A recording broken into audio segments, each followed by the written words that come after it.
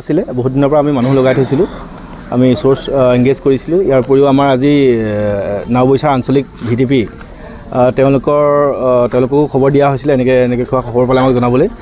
সেই খবৰ ভিত্তিতে তেওঁলোকে আজি গড়চিগা বজাৰ পাৰ হৈ মহঘুলিৰ এজন আবু হানিফ নামৰ এজন মানুহৰ হাতত আমি তেওঁলোকৰ সহযোগত প্ৰায় 102টা বান্দুল আমি FICN পাইছোঁ। ছাছপেক্টেড FICN আমি জব্দ কৰিছোঁ, লগতে মানুহজনো আমি কৰায়ত্ব কৰিবলৈ সক্ষম হৈছোঁ। 102টা বান্দুল আমি FICN পাইছোঁ, ছাছপেক্টেড FICN আমি জব্দ কৰিছোঁ, লগতে মানুহজনো আমি কৰায়ত্ব কৰিবলৈ সক্ষম হৈছোঁ। গতিকে তাতে আমি এনেই চোৱা মতে প্ৰায় 50 লাখমান টকাৰ FICN আমি ইতিমধ্যে জব্দ কৰিছোঁ। মানে কি নোটিছ আছে গোটেইখিনি তেওঁলোকে আনিছিলে। তেওঁলোকে এতিয়া আমাৰ তদন্ত অব্যাহত আছে।